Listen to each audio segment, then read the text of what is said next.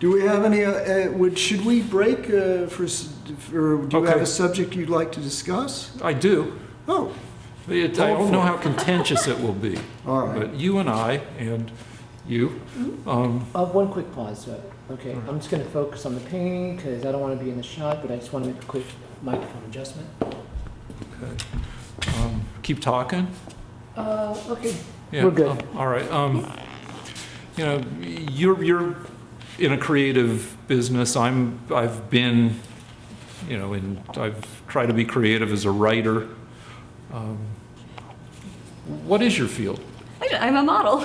I'm an Okay. art model. Yeah, I do Okay. this. This is what I'm a model and I tailor things. Okay, and you get perfect scores on aptitude And I'm good at tests. English. Yeah. Okay. Well, a lot of times when I look at people who are in creative businesses, you know, home design, all sorts of arts, those people are gay. Oh, and I was a theater major in college. Okay. Most men in the department were gay. Yeah, my kid did a lot of theater in college. They're and gay. Yeah. And it makes me wonder, Lance, Yes. would we be better at our creative endeavors if we were gay? I have a theory about it. Let's hear your theory. Yeah, I'm My curious. theory is no, in that I think that I at least acquired a lot of what goes into, I'm taking stabs in the dark, but thinking about what might go into making somebody gay extra good at being creative. And there are various ingredients. One is hypervigilance, both of your interior and of what's going on around you. For one thing, you start noticing maybe you're not like everybody else. Two, you notice that the differences between you and other people, or maybe making other people, notice you're different. So you start noticing that interaction. If you're getting bullied, you notice that, or you become hyper aware of acts of, microaggression or just regular aggression. At some point, maybe you embrace your difference, and you decide you can't conform, you're not going to conform, and you're going to follow your own path. So all those things, I think, kind of are conducive towards creativity. And I think that you and I, through our histories, have encountered, me as a super nerd who had to realize that being, super nerdy and being persecuted for being just a spaz and a geek had a lot of the same aspects of, there's the It Gets Better campaign for adults who've grown up and become happier as gay adults than they were as gay kids and teens, saying it gets better is when you have some control over your life as an adult. This, by the way, this used to be an explanation for Jewish creativity. You can finish your thought, but I do have a response. Okay, well anyway, I think that it gets better not just for gay people, but for lots of different people as they get older and can build their own lives, instead of trying to conform to high school life. The explanation for Jewish creativity, and I've read this, this is a commonly held theory, is that because the Jews were always the outsiders, they always looked at things more critically. Like, they didn't accept things the way the person that was accepted, that was an insider into the society, just accepted things the way they were. The Jew, the outsider is always more critical, and therefore looking for other ways of doing things. There's an evolutionary framework for that. Yeah. It's geeks versus jocks. Yeah. Jocks can be dumb because they're more perfectly physically adapted. Exactly. Yeah, watch And- any and- 80s movie and you'll see that. Yeah, it's the John Hughes theory Yeah. of high school. And actually, they say that in nature, it's not the survival of the fittest, that the fittest are still in the trees because they're so strong and able to jump around, whereas the people that are less fit have to sort of improvise and use their head. The gimps, they have to figure out how to use their Their bad brain. claw. Yeah. But by the way, I thought it was worth mentioning. Do you know who Camille Paglia is? Yeah, Yeah, well, I just listened to an interview she had with Jordan Peterson, and I'm astounded to hear that independently, Camille Paglia came up with the same theory about homosexuality that I did, a mere totally broke and reviled artist. Turns out that Camille Paglia says, why is it that every single gay man she's ever met is extremely close to his mother, who seems to have used him as a substitute for affection, with a cold and distant father. That's what I've been saying my whole life. And my point, and Camille Paglia's point, amazingly, is she says, why is it that in a world that since we believe in science now, why are people not permitted to study this phenomenon? And if so, figure out if there's a connection, if there's something that causes homosexuality, and what could be done to alter that if people well, wanted to. there are two things you're saying. In a nutshell, you're saying that gay people are made, not born. I'm not saying this. I'm Camille Paglia saying. You know, this. you're saying The it's your theory, One of too. the most famous lesbians. You're saying it's your theory Yes, too. it is my theory too. And you're also saying that it's something that needs to be corrected. I'm not saying it needs to be. I'm saying that we should find out what causes it. If there is a cause, why should there be one bit of knowledge? We know the sex lives of elephants. We know every single, why men are attracted to certain shoes sexually, why there's shoe porn. So, like those, for example.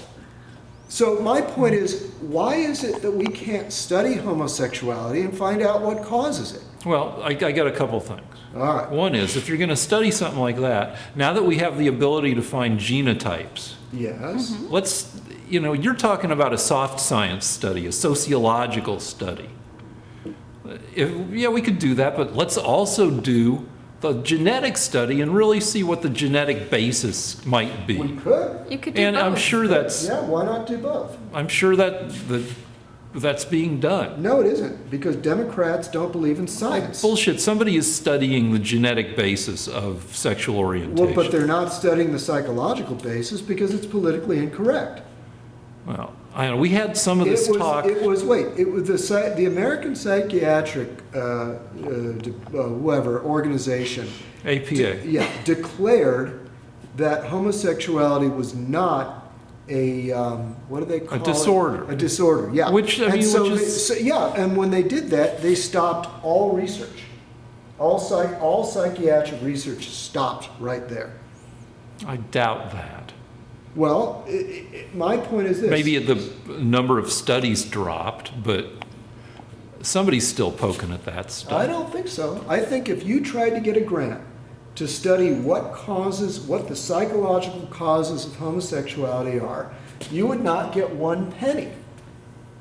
And what I'm saying is... I admit that might be a tougher sell. What's wrong with finding out what causes it? If there is a psychological cause, what's wrong with finding that out? Even just out of curiosity. Yeah. I mean, if we know the sex lives of elephants... Right. We Yeah. study everything else. You look at autism. Autism, in the first half of the 20th century and into the second half, was attributed to a cold, unfeeling mother. It's easy to attribute stuff to the mom. And then it turns out, no, there are a bunch of causes of autism, and none of them are, bad mothering. Okay, well, I just wanted to mention one other thing. The first person that thought of this before Camille Paglia and Lance Richland was Sigmund Freud. Oh, yeah. Okay? So it's not like a reasonably well-versed psychiatrist was never onto the problem and didn't have a theory. But that theory was rejected, not with any evidence, it was just politically incorrect, Well, so people threw it out. You know, you might also be confusing causation with You correlation. might be, but I'm sure Freud was smart enough to think about stuff No, like he that. wasn't. Freud was best at coming up with the right, interesting new questions to ask. His answers to those questions weren't always great. Okay, Freud, if you talk with 100 psychiatrists, 80 of them will tell you that they're Freudian. He was the founder of modern psychology. Okay, but then the alternative is being Jungian, and Jung had some crazy. There's like 5 Jungians for every 80 Freudians. Yeah, because Jung Yeah. had some dumbass ideas himself. Right, I'm just saying, and look, But I don't that want to doesn't argue, make- Freud could be wrong. I'm just saying that the most important psychiatrist in history said that homosexuality has to do with a transference of relationship that the mother makes from the husband to the son.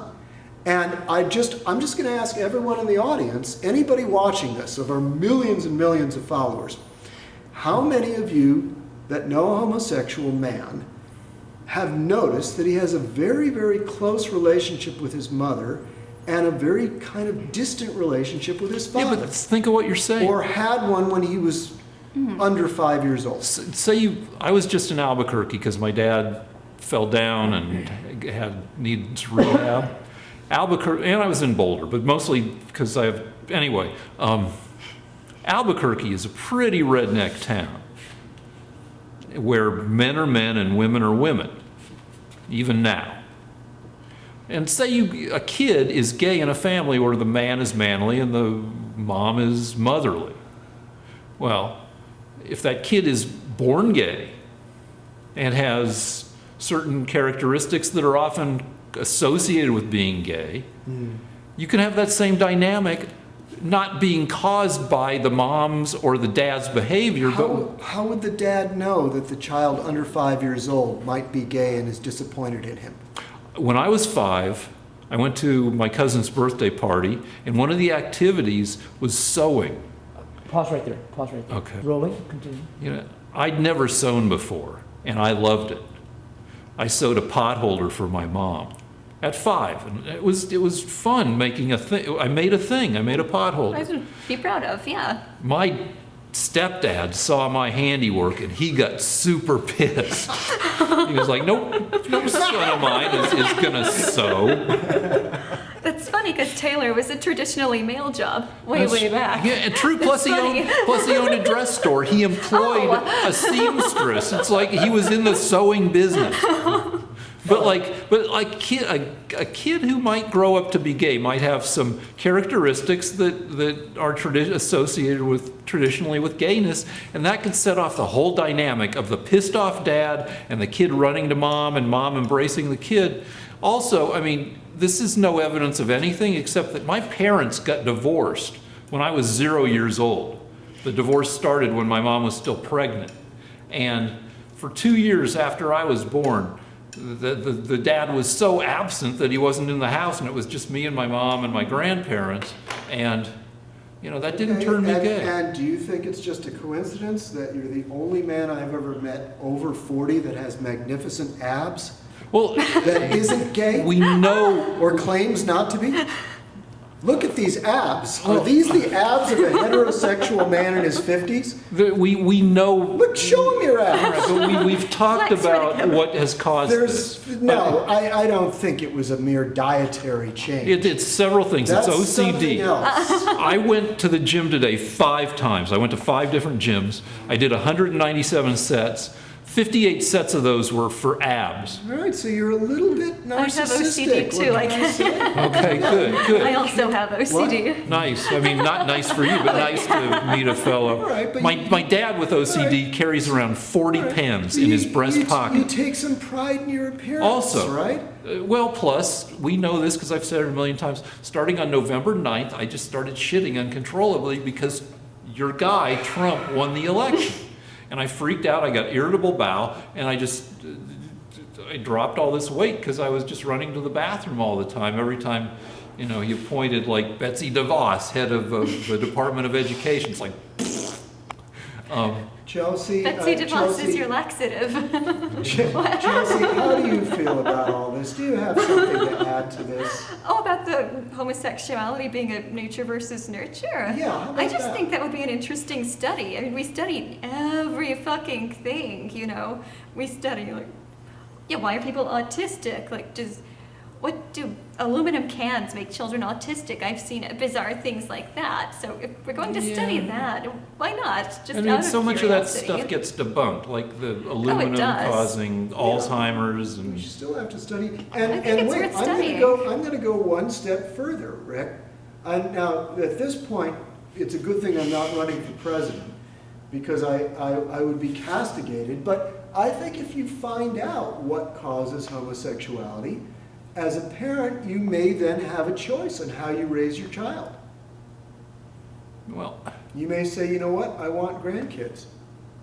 yeah, I mean. Or not. You may say, Yeah, but I want a gay child. It's 2017. Gay Yeah. people can give their parents grandkids with, Well, I you- wouldn't say I'm relative, just well, saying- it's I'm just easier saying- now for gay Adopt, people. Yeah. I'm just saying, You- yeah, or but for artificial. whatever, you may just say, I'm an unreasonable, narrow-minded bigot.